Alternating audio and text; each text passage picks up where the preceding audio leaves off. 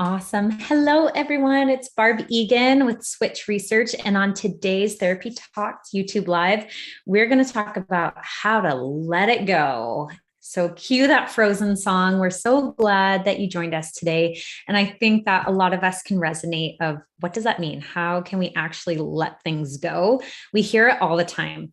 And it's like one of those sayings where it's like, just feel better. Oh, it's not that bad. Somebody else has it worse.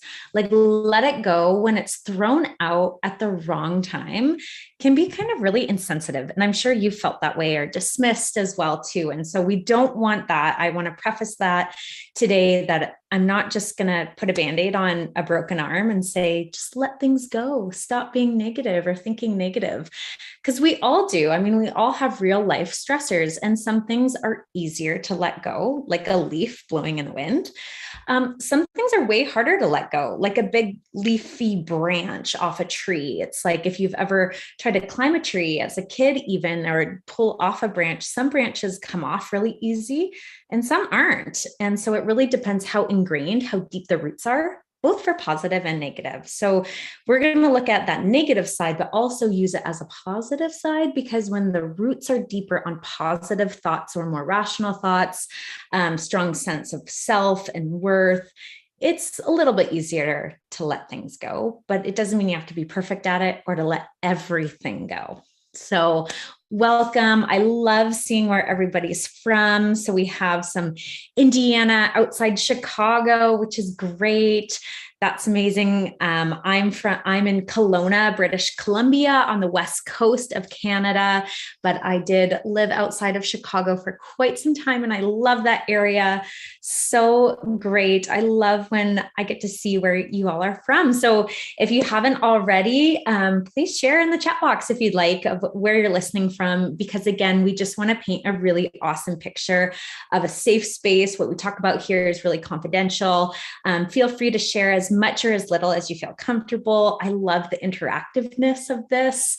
So I think that if you interact, meaning if you share in the chat box or you just share with yourself, like you have a little notebook that you write down just to yourself, I think you'll get a lot of more out of it because you're more engaged, which is really awesome. And again, seeing where we're all from and different stages of life, whether you're a student or retired or a mom or a working professional or anywhere in between or outside of those types of, labels, you're welcome here. And I think that we can all resonate with this topic. So Florida, nice and hot outside there. Oh yeah. Upstate New York. Nice. Oh, 75. That's so nice. So I live in Canada. I've been in Canada for 10 years and I still have Fahrenheit on my car. My husband's Canadian. It drives him nuts every time we're driving. I love it though. Oh, that's awesome. Oh, Joy with Jamie. I love that name. And it's your first time watching. You're looking forward to this. Oh, thank you. Welcome. We're so glad you're here. Arkansas, Alaska, Australia, California, Austin, Texas. Oh, so awesome. Hinesville, Georgia, and retired. Oh, so lots of wisdom here too. Oh, wonderful. So again, lots of different places, lots of seasons of life too. And welcome. And I think it's all because who doesn't want to let it go a little bit more? And I love this topic because I think no one is ever going to be an expert. Like we're all human and nobody's going to be able to let difficult things, like whatever it is, I just want you to kind of like take a breath. Like if you could let it go, what would that be? What's it?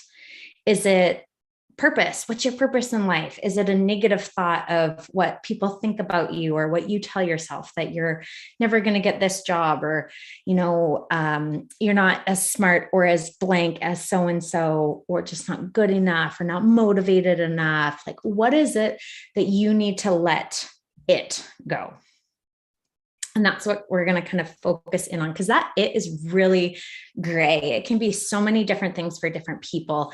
And I think that's really important to recognize too. So before Minneapolis, I played hockey there. I love that. Awesome. And it's amazing to see people from all over. And even what a great practical skill right now, like our live, some technical difficulties, and we had to let that go and you're patient. So that's another strength to use when whatever it is to let it go. Patience, perseverance. Like maybe sometimes you have to walk away. Sometimes you just have to sit in it. You have to sit with it, that uncomfortable feeling. So these were all good lessons in real time, not really planned. So thank you for your patience and sitting with it today for us. And I think you got to practice some of that, which is really neat. So before we kind of move on to maybe some of those tips, again, in the chat box, what is your it? Like for you, what is your it? What is your it? If you could let it go, what is it? Is it that negative self-talk? Is it, the pressure that you put on?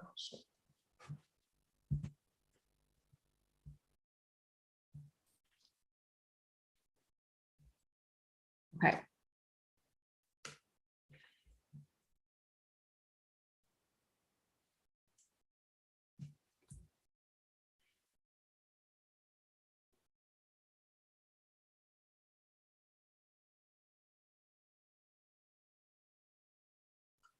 Okay.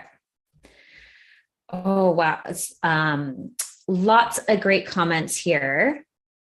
So worthiness, if I could let it go, what is it? Worthiness. Mom Hut thinks negative thoughts about what people said about me or criticism, especially from people that we never had good terms with. Yeah. So external.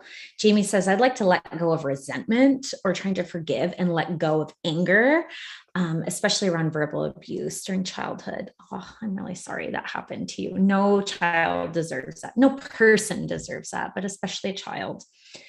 Let go of my insecurities. Aveda says that they hold me back from so much. I think that's really good to identify too, of what it's holding you back from. Like if I could let it go, what would my life look like? That's kind of part two. Like if I could let it go, what would be different? Erin says, funny how life always gives you immediate chances to practice in a practical way. Yes, totally about today. Oh, yes. Thank you, Erin. Chronic illness and joy. Love that. Love that name.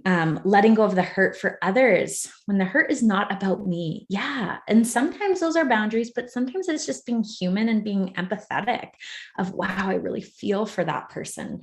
And it's almost like you're carrying it with you. As a therapist, that's very true for me. And no one's going to have perfect boundaries all the time. But one thing I try to do is certain stories are just harder or maybe trigger certain things in me. And so I have to recognize that. I have to debrief that with, colleagues or someone safe or just myself, and journaling and just some downtime exercise I do a lot of. And sometimes I'm all about the symbolism. So I really like to just take a shower. Like, it's like, okay, this is not mine. I'm going to wash this off for the day. And some days when I have a harder day than others, whether that's as a counselor or personally or as a mom, I take a shower and I literally tell myself, I'm going to wash this off today. And I get a nice soap that I really like. You can treat yourself to that. And I do that. And again, that symbolism helps me in a kind of just a little practical way to let things go. Again, I talked about, I think last week, of the rock exercise that I do with people. So we live in a beautiful spot in Canada. There's a huge lake. So if you have a river or a lake, the ocean, or if you're from the Midwest, I was landlocked United States, not a lot of water around, grab a rock. And if you're in a cornfield or wherever you are, just maybe not at a person, write down on a Sharpie, like, what are some of those heavy burdens on those rocks that you're carrying? And you can get a pile and you can kind of see them all together. And that can be a really practical exercise to see, wow, this is heavy stuff I'm carrying with me everywhere. And these rocks aren't the same sizes. Like, some things are bigger and heavier and some are smaller. And you write down what that insecurity, what that it is, the insecurities, letting go of hurt for others, letting go of my childhood experience, letting go of anger and trying to move towards forgiveness. That's a big, big one. Letting go of insecurities and negative thoughts. You write that down on some rocks and you throw that thing as hard as you can into the water and you watch it sploosh, or you throw it into that field, just not at anybody. And wow, there's something really powerful. It integrates the mind and the body, the brain and the body, your nervous system, and it integrates parts of your story. And it's really hardwired into us. That's why it's so hard to let it go. Is I want to encourage you as I go through this more, is it's so hard to let it go because it's literally hardwired into us, like an electrical system in a building or a house. So it takes some time. It can be done, but those little exercises and some of the steps that we'll go through will help. And I just encourage you to lean into that, whether it's the shower and washing it off, the rock, writing it out and throwing it away. Some people really like to write a letter or on a piece of paper, like about that anger. Anger is a big one that we do this with, is writing a letter to that person, that maybe things you've never said to them before, or you'd never say to their face, or speaking back to your inner critic. Like, so in our journals, we talk about this a lot, like the self-talk or the self-love journal, but there's a part of writing a letter to that perfectionist, to that inner critic, to that person that hurt you. And even if they don't receive it, it's just a one-way street, meaning it's you processing. You're writing a letter. You don't ever have to give it to them. And you can keep it, or you can crumple it up and throw it away. or you can light it on fire. And those are some kind of symbolic ways of letting things go as well. Okay, what are some other ones that people are saying? So Mindy says, I think I'm a failure because I never married and have no children. That's my it. Oh, Mindy, yeah. And the things that culture puts on us to say, this is how you're worthy, or this is what you should do, and giving yourself permission to just be you. Absolutely. Celeste, you can't change the past, although I'm affected by it today. You're right. We can't change the past. We can learn from it so it doesn't repeat, because often there are patterns. Jamie says letting it go could look like the it being bitterness, resentment, previous hurts where someone hasn't apologized, self-criticism of I'll never get my life together. Yeah. Again, Maddie says letting go of insecurities and fear. Serene says letting go of past trauma that causes me to be hard on myself. Yes, I love that point, because a few things here of people saying, oh, it's in the past, especially a lot of this, it is in the past. And I think we have to identify that, is that it could be re-triggered from the past, but it doesn't mean it has to take over your today. It could be re-triggered from the past, but it doesn't have to take over your today. And that's where some of those symbolic exercises, and you may have to do them a lot. Maybe it's not a one and done, it's quite a bit. But the more you move through it, the more you actually let it go. And that's really a key of letting it go, is it's not just a one-time thing. It's probably let it go, ... continually, or let it go, ... a lot. Let it go, ... multiple times. And it may start out at 200 times, maybe a day. And then it will go down to maybe 150 times a day. And then maybe it'll go down to 100 times a day. And then it will eventually spread out and spread out and spread out and spread out. And there's no cookie cutter treatment specific formula, but I want to give you that picture that it's not just a one and done. Usually, sometimes people experience that, but more often it's a conscious feeling of choice. Not a feeling of my emotions, but of, okay, I'm going to choose to take this other person off the hook. And like, I envision a big, big, big hook that somebody, especially with forgiveness and resentments on, and we take them off. It's like a visualization. Visualization can be really powerful, taking them off the hook. And you do that 200 times a day. And eventually it goes down and it goes down and it goes down. And it doesn't come at you as much. It's like a wave that at the ocean, like the wave comes at you, and it rolls back. It comes at you, and then it rolls back. And that's okay too. Maybe that person on the hook is yourself.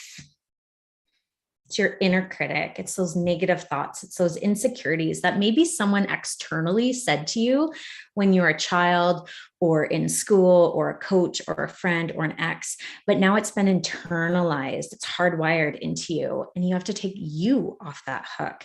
And so in one of those exercises, it could be self-compassion. So those letting go of past hurts that caused me to be hard on myself, it's now leaning into self-compassion. So letting go, it lets go of some of that hurt, or taking a picture of you as a younger child, like looking at yourself and writing a beautiful letter of how much, hey, you don't deserve this.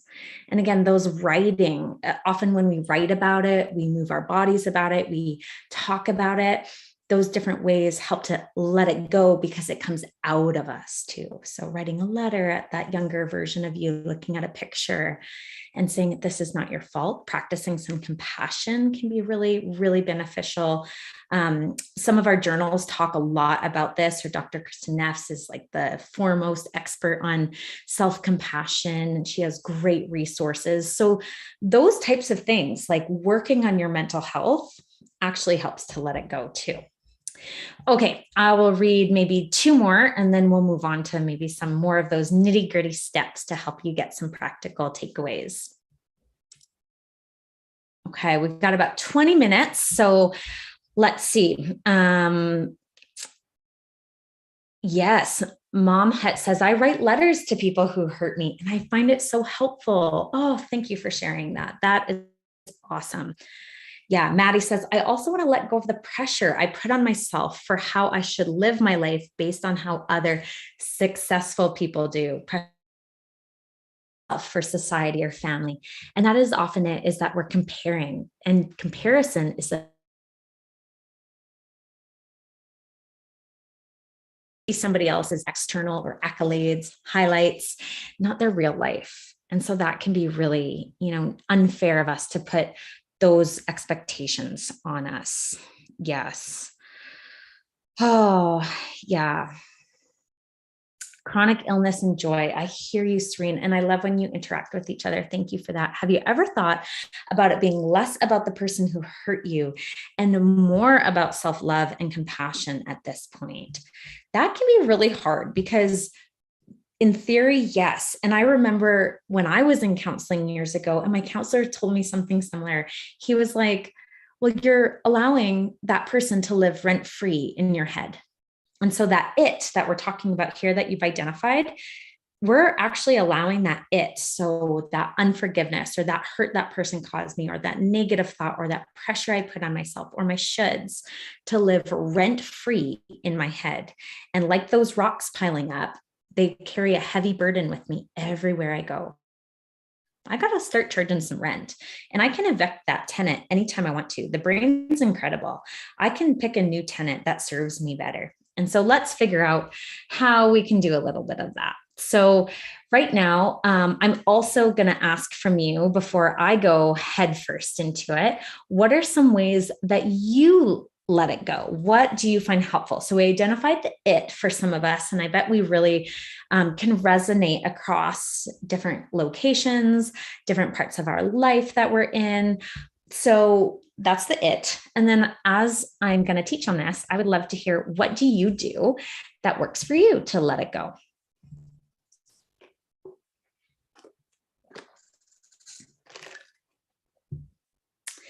And one of the great things that you all highlighted was that it's the present that's being impacted, often from a past experience.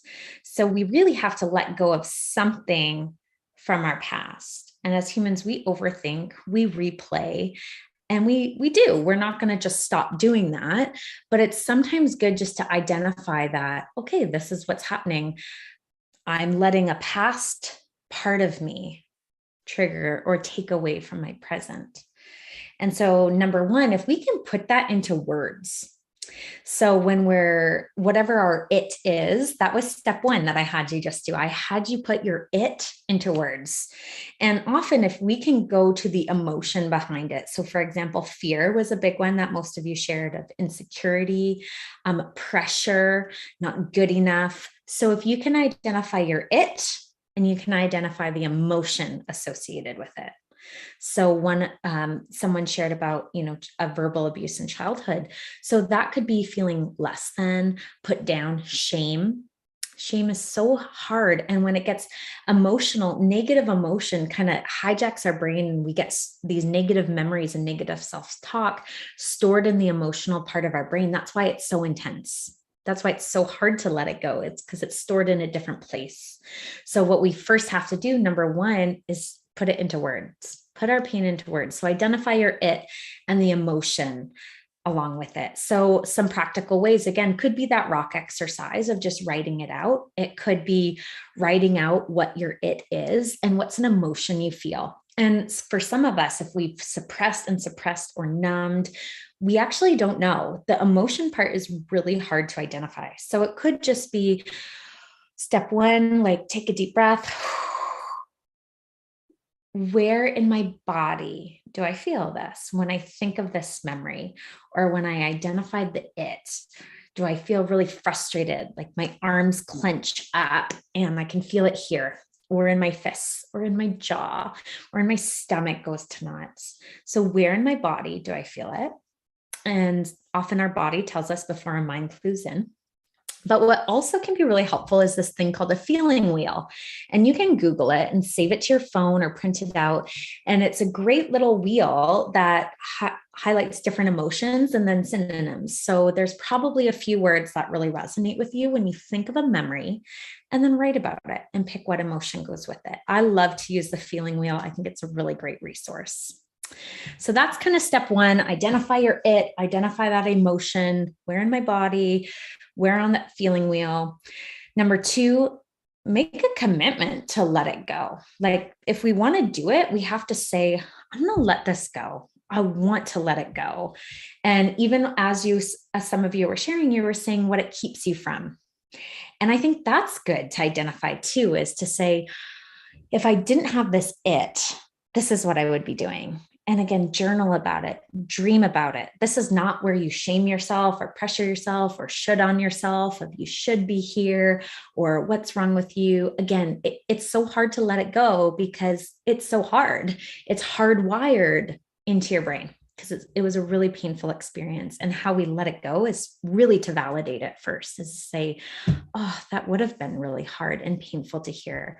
And I'm sorry that you had to hear that. And maybe that's from a therapist or a safe friend or someone in your life, but it could just be from yourself in writing that letter to yourself too. But we have to first make that commitment to say, I do want things to change. I do want to let it go. And I know it's not going to be a one and done. I know it's going to be a lot of choosing forgiveness, whether to myself or someone else. But I'm going to stay committed to it, just like a workout plan or a way of eating or a new routine or schedule that you want to get in for sleep patterns. Like it doesn't just happen one time, it's a commitment. And so just being gentle with yourself and getting into that. And then that kind of goes to step 3 of accepting it. Again, accepting things as they are, because we can get in our own head and we have so many conversations with the person who hurt us or ourself, or these really false conversations. They've never happened, or maybe they did when we were younger, or past ones that are re-triggered to the present, but it's, oh, what I would have said. Oh, what I should have said. Oh, what I could have said, the woulda, coulda, shoulda.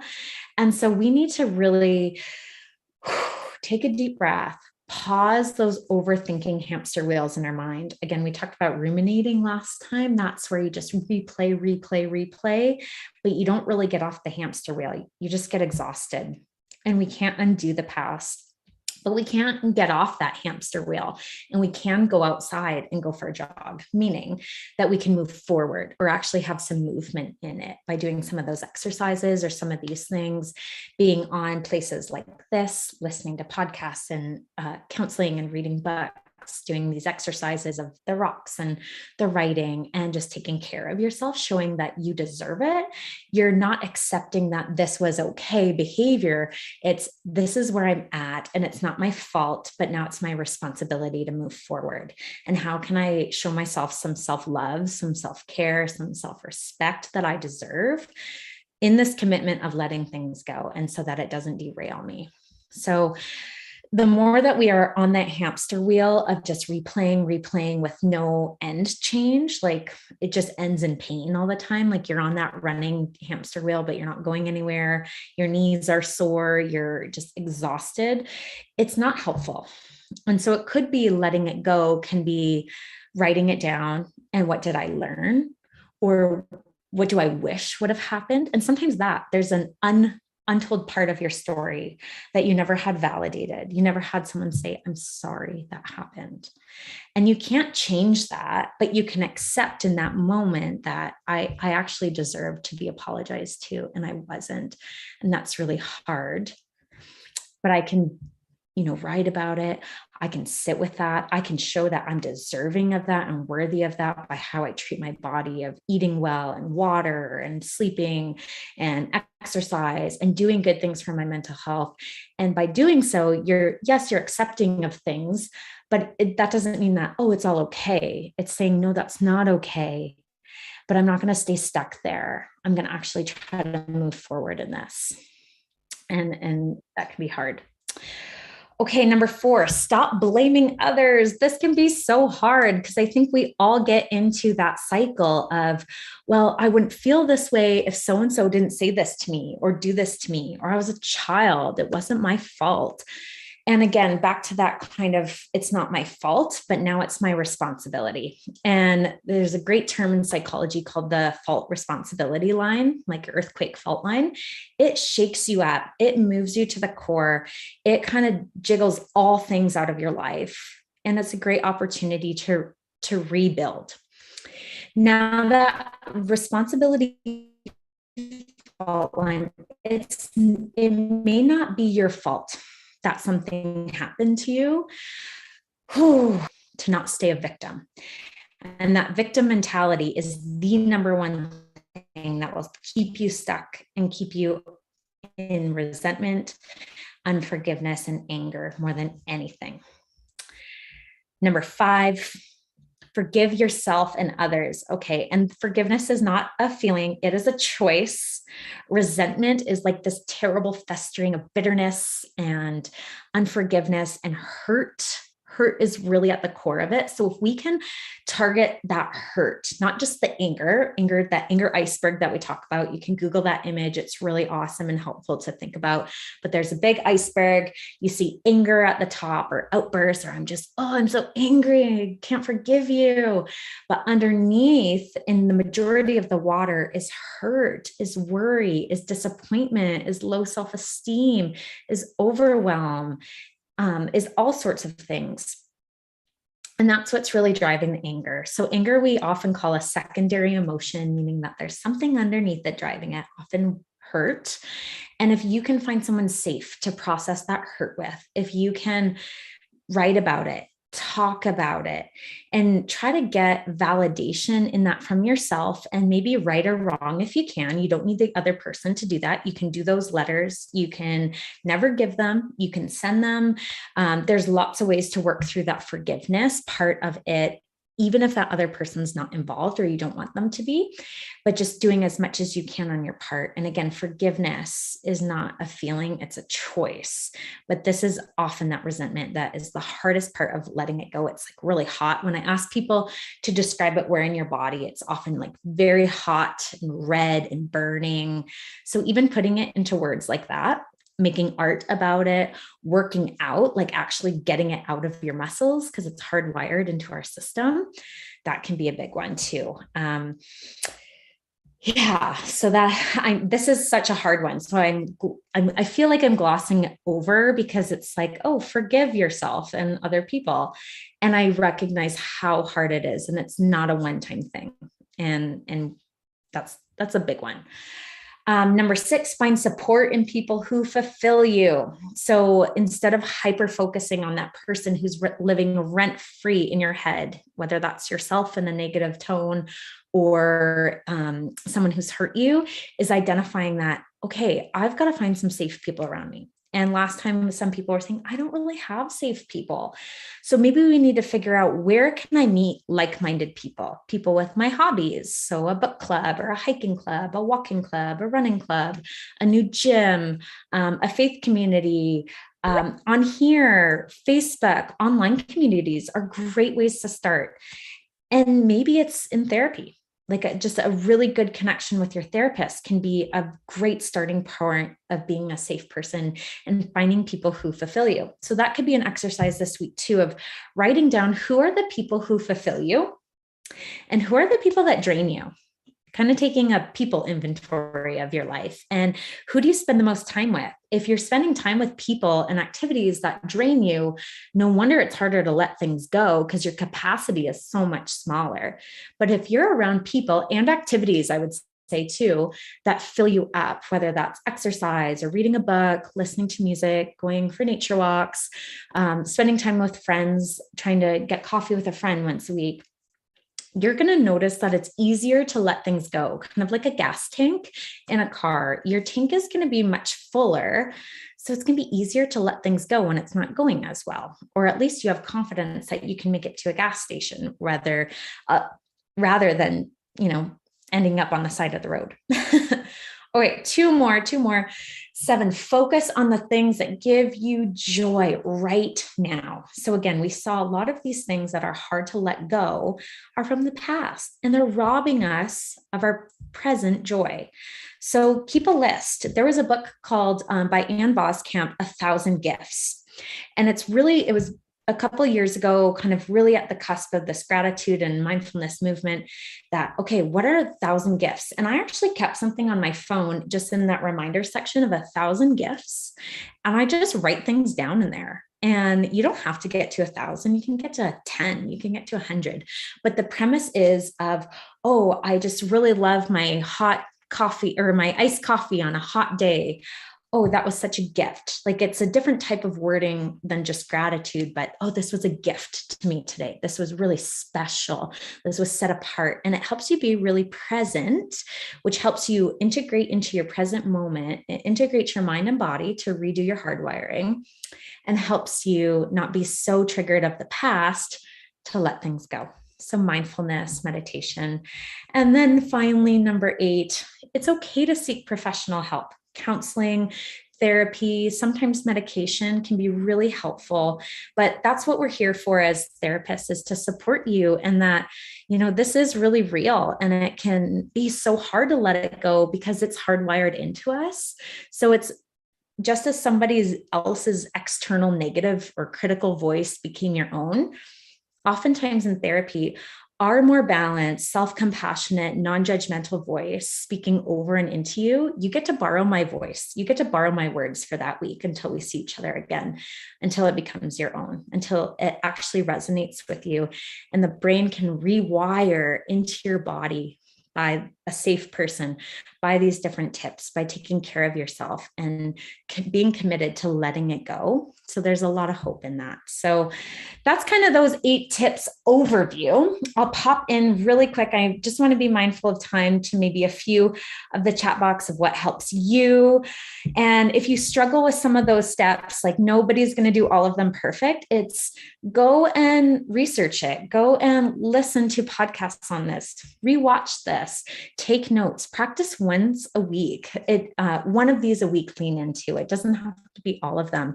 And just look for ways that you're doing it, write about it, and be proud of yourself and be really just aware of how you're talking to yourself and saying, I'm going to try to let this go right now, or I'm growing and letting it go right now. Identify the it.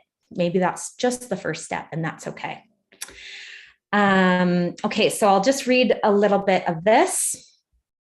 Jamie, what helps me let it go? Meditation. Yeah, just being present, exercise, getting it out of our body, blaring loud music. Yes, when we can connect to music, that really helps. Counseling. Yep.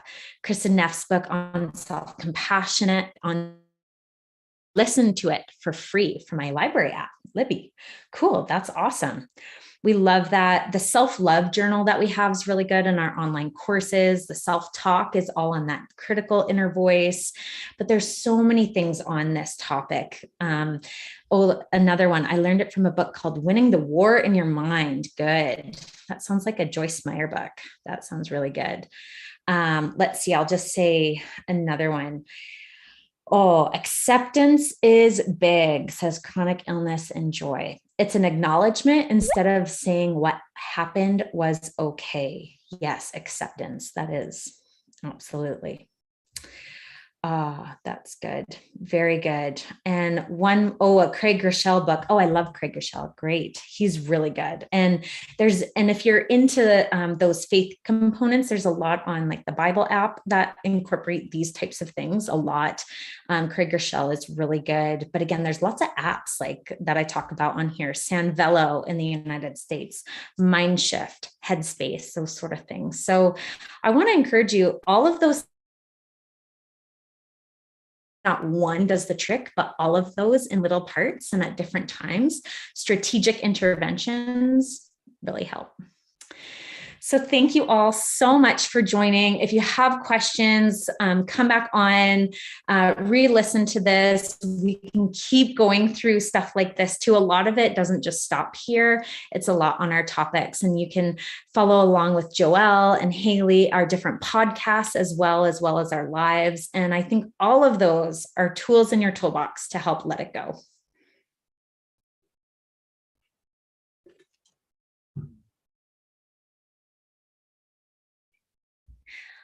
All right. Thank you, everyone, for coming on. And again, just pick one thing this week to practice. And it will be a lot of practice, but be gracious with yourself. Be kind to yourself. You deserve it.